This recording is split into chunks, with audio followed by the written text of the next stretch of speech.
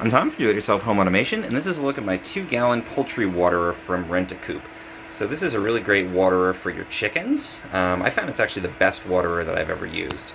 And I really don't like those kind of suction waterers where it's a big upside-down container filled with water and there's a little trough around it. So I find chickens just make a mess of it. They step in it, they knock it over.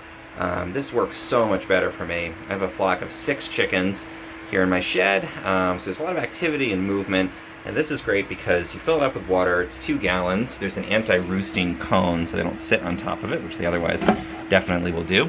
You fill it up with water on the inside, you can screw it into the wall, as I've done here, so I have these 2 screws going into the wood, and then when I want to refill it, I just take the cone off the top, and I just lift this off and take it and fill it with a hose, or you can take a hose right to it and fill it up. Cone goes back on, holds 2 gallons of water. For 6 chickens, I find that's enough for about maybe 2 or 3 days, depending on the temperature.